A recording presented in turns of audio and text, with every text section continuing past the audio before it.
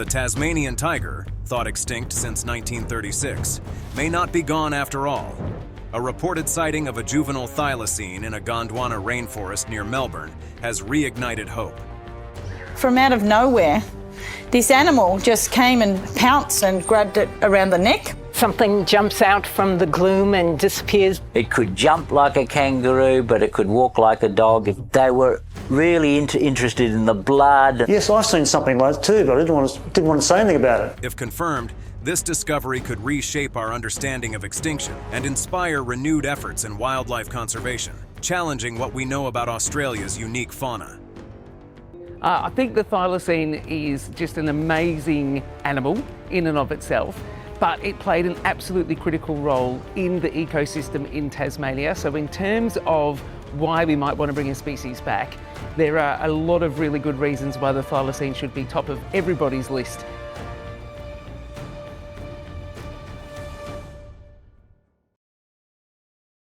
On a chilly September night in 1936, a solitary thylacine paced its enclosure at the Hobart Zoo in Tasmania.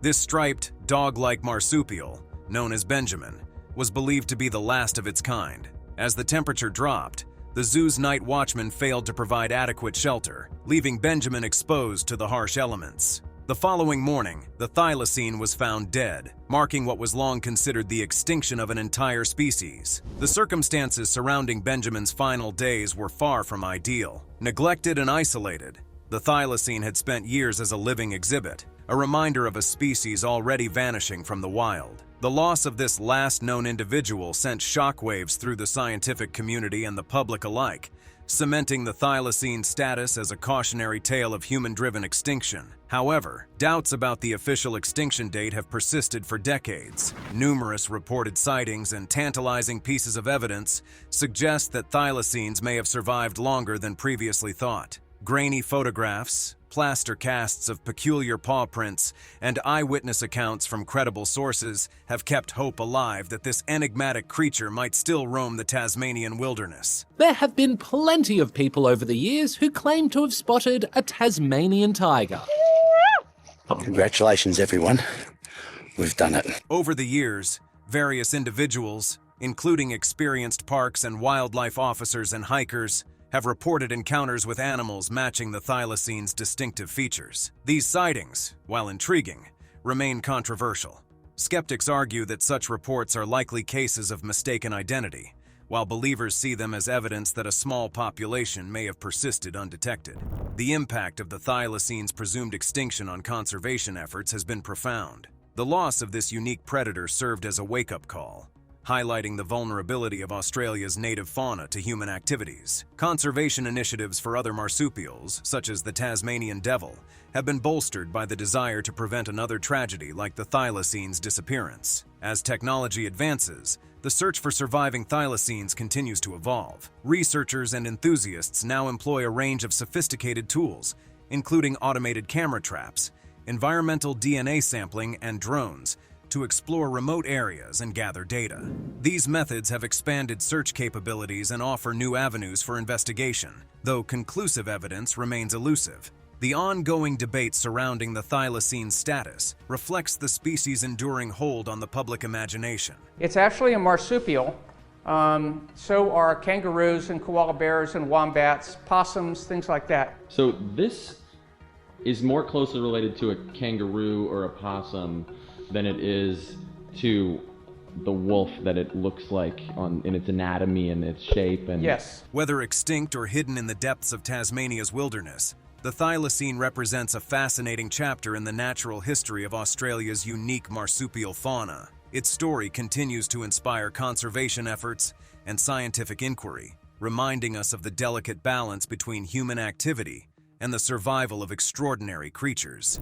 The thylacine was a marsupial predator with remarkable adaptations that set it apart in the animal kingdom. Its most striking trait was its ability to open its jaws to an extraordinary 80-degree angle, an unparalleled feature among mammals. Despite this wide gape, its bite force was relatively weak, suggesting it specialized in hunting smaller prey like wallabies, patamelons, and birds rather than tackling larger animals. Its appearance was equally unique. Sandy yellowish-brown or gray fur marked with 15 to 20 dark stripes along its back provided effective camouflage in the dry eucalyptus forests and grasslands it inhabited. Standing around 60 centimeters at the shoulder and measuring up to 1.3 meters in body length, with an additional rigid tail of 50 to 65 centimeters, the thylacine presented a striking, tiger-like profile. But just look at them. The posture, the long legs built for running, their skulls built for sniffing, and with massive muscle attachments for biting. Sure, they have pouches and a few other important differences, but they look so similar to a wolf. Way more similar than a hummingbird and velociraptor.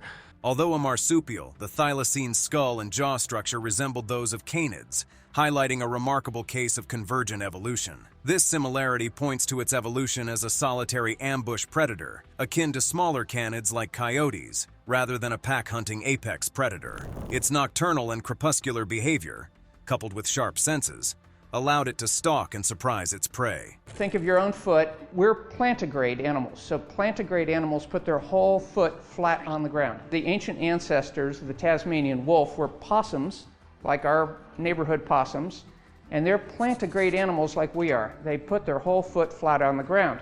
The Tasmanian wolf keeps his heel off the ground, and it's walking on its toes like a dog. The thylacine's adaptations not only shaped its hunting strategies, but also defined its role in its ecosystem. Its ability to thrive across varied habitats, from mainland Australia to Tasmania, provides key insights into its life and eventual extinction. These features paint a picture of a highly specialized yet vulnerable creature, offering a glimpse into the delicate balance of its ecological interactions and the factors that ultimately led to its disappearance. The thylacine once roamed across a vast expanse from Papua New Guinea to Tasmania, including the entire Australian mainland. At its peak, the thylacine's range covered an area larger than modern-day Europe, showcasing its adaptability and success as a predator. Fossil evidence indicates that these marsupial carnivores inhabited diverse environments, from arid interiors to coastal regions. However, this widespread presence began to decline around 3,500 years ago. The introduction of the dingo, believed to have arrived with seafarers from Southeast Asia, played a significant role in the thylacine's disappearance from the mainland. These new canine predators likely outcompeted the thylacine for prey, particularly targeting species like the Tasmanian native hen. Human activities, including hunting and habitat alteration, further contributed to their decline. As mainland populations dwindled, the thylacine found refuge in Tasmania. This island sanctuary, separated from the mainland by the Bass Strait, provided a haven free from dingo competition. In Tasmania, the thylacine adapted to a slightly different set of habitats, including dry eucalyptus forests, woodlands, and coastal heath areas. These environments supported populations of its preferred prey, such as wallabies and smaller marsupials. The thylacine's solitary hunting strategy and preference for small to medium-sized prey may have helped it adapt to the more limited resources of its island habitat. However, these same traits would later make it vulnerable to ecological changes brought by European settlers. As human activity on Tasmania increased, so did encounters between thylacines and settlers. Initially, the thylacine's nocturnal habits and elusive nature limited direct conflict, but as human population and livestock numbers grew, confrontations became inevitable. By the time European settlement began in earnest, the thylacine population in Tasmania was estimated at around 5,000 individuals, a fraction of its former abundance. The arrival of European settlers dramatically altered Tasmania's landscape, both literally and figuratively. As human colonization progressed, the thylacine faced its greatest challenge yet, setting the stage for a tale of misunderstanding, conflict, and ultimately, tragic loss. When European settlers arrived in Tasmania during the late 18th and early 19th centuries, they brought fears that would ultimately doom the thylacine. These British colonists, focused on farming and raising livestock, especially sheep, soon found themselves in conflict with the native wildlife. Reports of sheep losses led to the thylacine, a striped, dog-like marsupial, being scapegoated as a predator threatening their livelihood. This blame, however, stemmed from misconceptions. The thylacine's primary prey consisted of smaller animals like wallabies and birds, and its jaw structure was ill-suited for taking down larger livestock. Despite these facts, settlers believed it to be a menace, a notion amplified by misleading propaganda. including altered photographs, which cemented its image as a sheep killer. In response, drastic measures ensued. In 1830, the Van Diemen's Land Company introduced bounties for thylacines, a practice later adopted by the Tasmanian government. Between 1888 and 1909, rewards of £1 per adult and 10 shillings per pup were offered, driving hunters to relentlessly pursue the species. The toll was catastrophic. The government issued 2,184 bounties, though the actual number of thylacines killed was likely far higher. The bounty system, coupled with habitat destruction and competition from introduced predators like feral dogs, created a dire situation. Even the thylacines' nocturnal, elusive nature, once a survival advantage, failed against human hunters armed with traps and firearms. As their numbers dwindled, persecution persisted for decades. While direct hunting was the most visible threat, other insidious factors, such as habitat loss and ecological changes, compounded the challenges faced by this vulnerable species, pushing the thylacine to the brink of extinction. While the bounty hunters' rifles echoed through Tasmania's wilderness, a silent killer was wreaking havoc on the thylacine population. Disease, competition from introduced species, and habitat loss formed a lethal combination that accelerated the marsupial's decline far more rapidly than hunting alone. European settlers unknowingly brought pathogens to which native wildlife had no immunity, devastating the already vulnerable thylacine population. Domestic dogs, introduced as companions and working animals, proved to be formidable competitors for the solitary marsupial predator. These versatile hunters outcompeted thylacines in many areas, adapting more readily to the changing landscape. As settlers expanded their agricultural operations, the thylacines' habitat shrank dramatically. Vast swathes of Tasmania's forests and grasslands were cleared for farmland and grazing pastures, reducing available space and fragmenting remaining habitats. Isolated populations struggled to maintain genetic diversity, further weakening the species' resilience. The thylacine story serves as a stark reminder of the complex factors that can drive a species to extinction. While the image of the bounty hunter looms large in the public imagination, it was the less visible threats that sealed the thylacine's fate. As the last known individuals disappeared from the Tasmanian wilderness, the stage was set for the final act in this tragic tale. The last confirmed sightings of a species on the verge of oblivion. As the 20th century dawned, the thylacine's existence hung by a thread. Once common across Tasmania, this unique marsupial carnivore had retreated to the island's most remote corners, its population dwindling rapidly. Confirming the presence of these elusive creatures became increasingly challenging for researchers and wildlife officials. The thylacine's nocturnal habits, naturally shy demeanor, and diminishing numbers made chance encounters extremely rare. Their distinctive appearance, with a dog-like body and tiger-like stripes, often led to misidentifications, with many reported sightings turning out to be feral dogs or other native animals. This further complicated efforts to track the species' decline accurately. In 1930, a pivotal moment occurred when the last confirmed wild thylacine was shot and killed by a farmer. This event marked a turning point in the species' tragic history, highlighting the growing conflict between human settlement and the thylacine's survival. As wild populations plummeted, zoos worldwide attempted to capture live specimens, driven by scientific interest and public fascination. However, breeding thylacines in captivity proved exceptionally difficult. The stress of confinement, combined with a lack of understanding about their specific needs, resulted in poor health and low reproduction rates among captive individuals. The fate of these captive thylacines became increasingly dire as reports of wild sightings grew scarce. Each passing year without successful breeding heightened the sense of urgency surrounding the species' survival. The thylacine's extinction stands as a stark reminder of the consequences of delayed conservation efforts.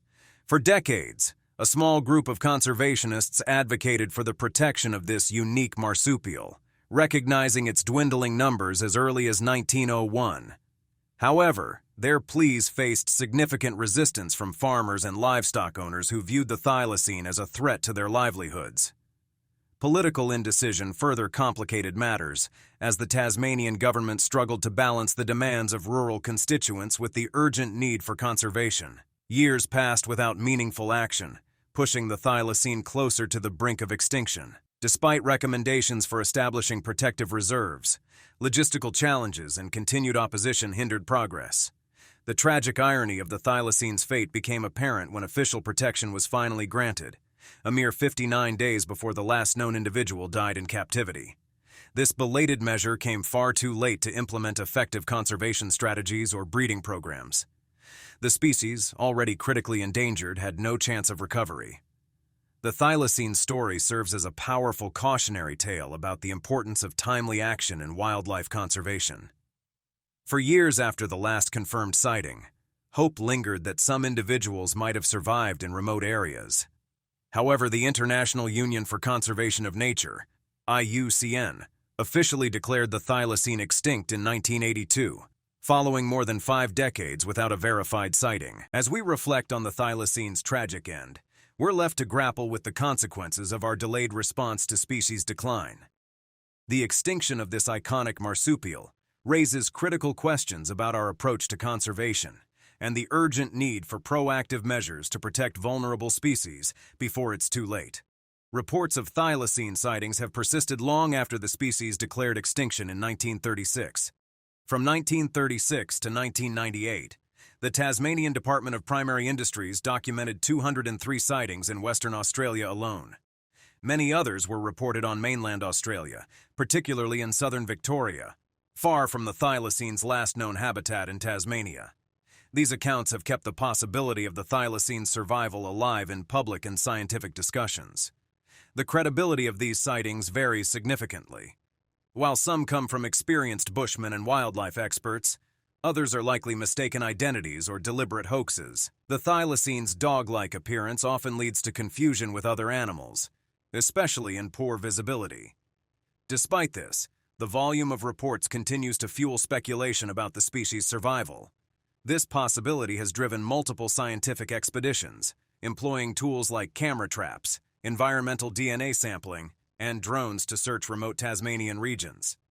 These areas still harbor suitable habitats and prey species, such as pademelons and wallabies. However, no definitive evidence has emerged to confirm living thylacines, leading many experts to attribute sightings to misidentifications. Still, organizations like the Thylacine Research Unit, TRU, argue that some recent credible reports warrant further investigation. The ongoing tension between hope and skepticism underscores the challenge of confirming extinction. As debates continue, examining the methods used to declare species extinct may offer insights, guiding future conservation efforts for other endangered animals. Determining the exact moment a species goes extinct is a complex and often controversial process, particularly for the thylacine. Scientists employ various methods to unravel this mystery, each offering unique insights into the species' fate. Environmental DNA analysis has emerged as a powerful tool, allowing researchers to detect genetic traces of animals long after they've disappeared from an area.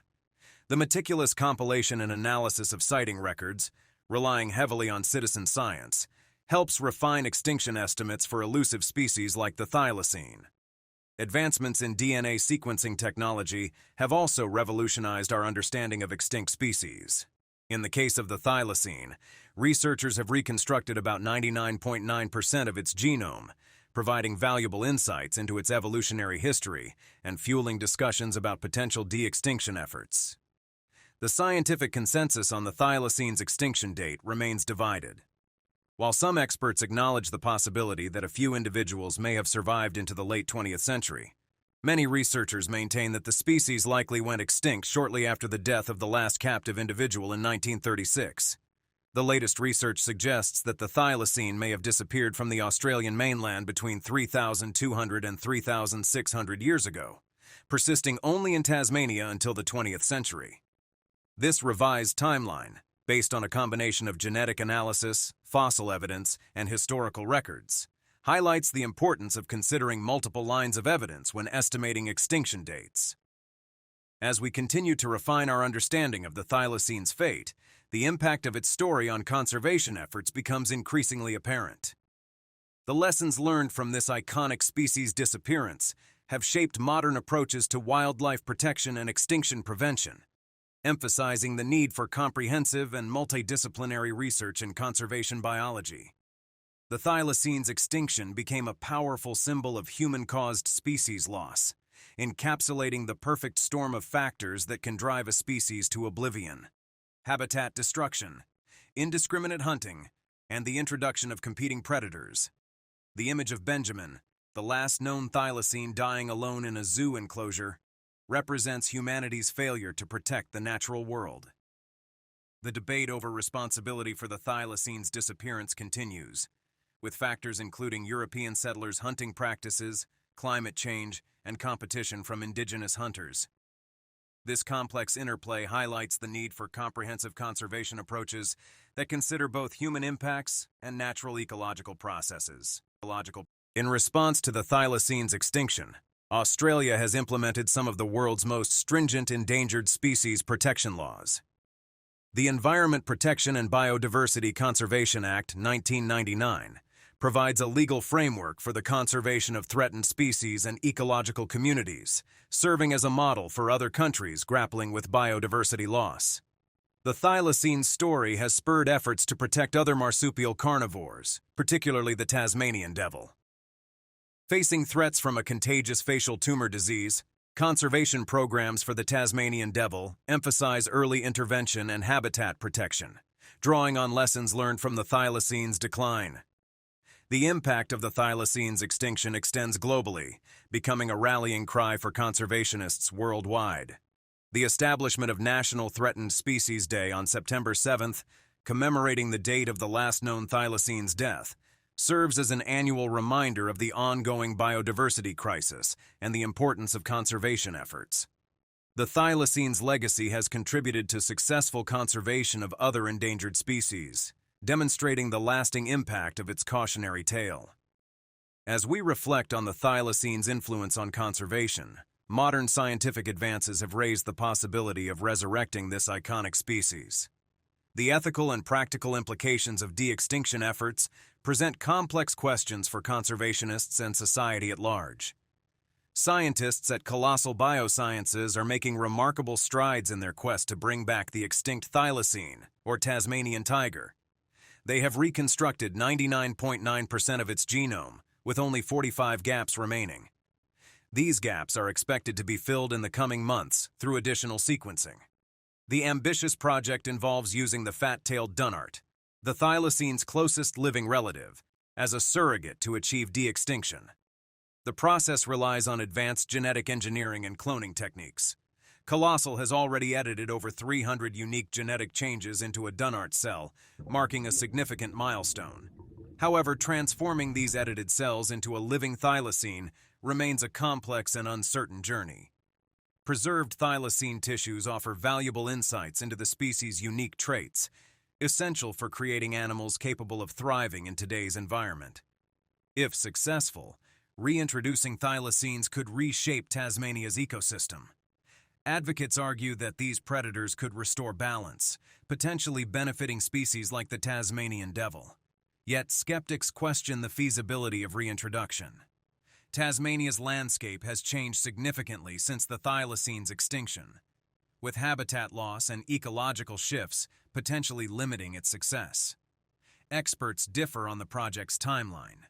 While some believe it may take over a decade to produce a viable thylacine cell, others suggest we might see a living specimen within 5 years. As de-extinction inches closer to reality, ethical concerns arise.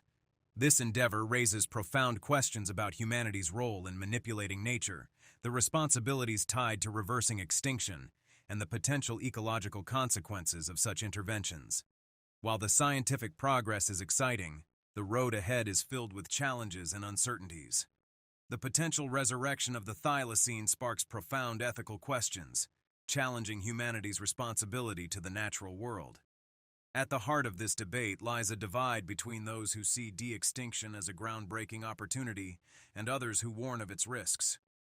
Supporters argue that reviving the thylacine could enhance understanding of evolution and potentially restore balance to Tasmania's ecosystem. They also highlight the potential for these technologies to aid in conserving endangered species. However, Critics caution against introducing a genetically engineered predator into a landscape transformed since the Thylacine's extinction, raising concerns about unforeseen ecological impacts. A key issue is the allocation of conservation resources. Critics argue that the substantial funding and effort directed toward de-extinction might be better spent protecting endangered species and preserving ecosystems. Additionally, there are concerns about the welfare of de-extinct animals, which may face significant adaptation challenges. Dr. Corey Bradshaw, a conservation ecologist, suggests the true value of de-extinction lies in advancing technologies to prevent future extinctions rather than bringing back lost species. This perspective underscores the broader implications of such efforts, shaping how humanity approaches conservation. As debates continue, the Thylacine remains a symbol of both loss and hope, reminding us of the delicate balance between scientific ambition and ethical responsibility in preserving the natural world. September 7th marks National Threatened Species Day in Australia, commemorating the death of the last known thylacine. This extinct creature has maintained a powerful presence in our collective consciousness, its iconic status evident in its widespread cultural impact. The Tasmanian tiger's distinctive striped coat and wolf-like appearance have inspired countless artistic works, from government logos to rock art.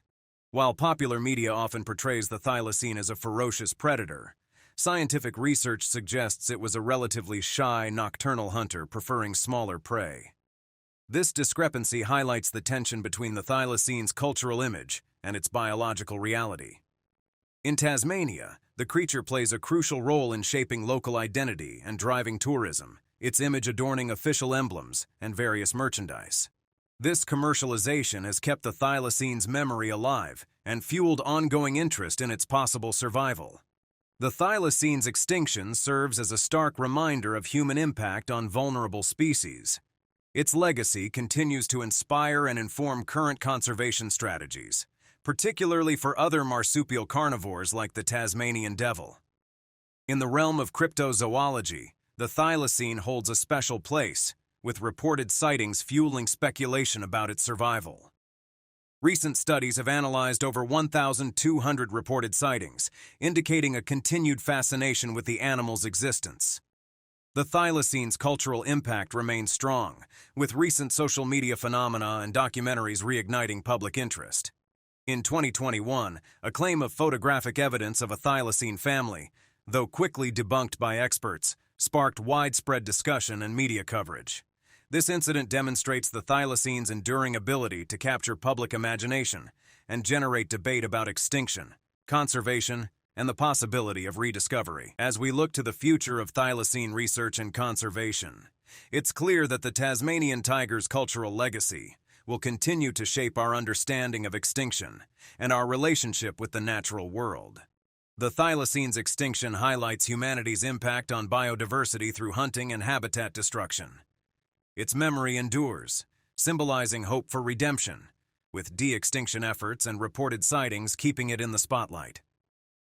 National Threatened Species Day, observed on September 7th to mark the death of the last known thylacine, underscores the importance of protecting endangered species and habitats. As genetic advancements spark debates on de-extinction, the thylacine's story raises ethical questions about our role in altering ecosystems. Its legacy, both cautionary and hopeful, continues to inspire conservation efforts, urging us to safeguard Earth's fragile biodiversity for future generations.